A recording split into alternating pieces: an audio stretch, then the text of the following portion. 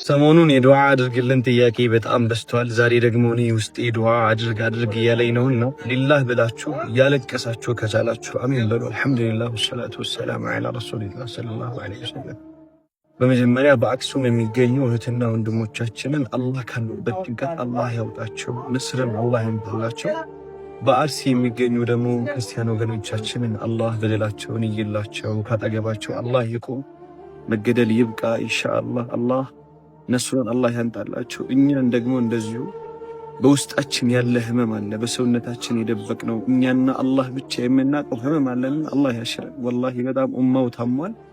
አላህ ያሽረው። አላህ ይዘቡ ጀንደን። በተለይ ወላሂ የዚህ ኡማ ፈረጃ ይመስለኛል በትዳር ነውና ትዳርን አላህ ያቀልልን፣ ሪዝቃችንን አላህ ያብዛልን። እናቶቻችን ደውለው የሆነ ነገር ጠይቀውን የለኝም ከማለት አላህ ይጠብቀን። አላህ ይጠብቃችሁ። ሪዝቃችሁን ቢለንቀጣ ከዚህ በኋላ የማይቋረጥ ሪዝቅ ለሁላችንም አላህ ያንበሽብሰን። ሒስድ የሌለበት ሒስድ የማይገባው ሁልጊዜ ወንድም የምንልበት ወንድም የሚመገበው ወንድም የሚበላውን ሪዝቅ አላህ ይስጣን። አላህ ይስጣችሁ። ወላሂ ከልቤ በደንብ አሚን በሉ።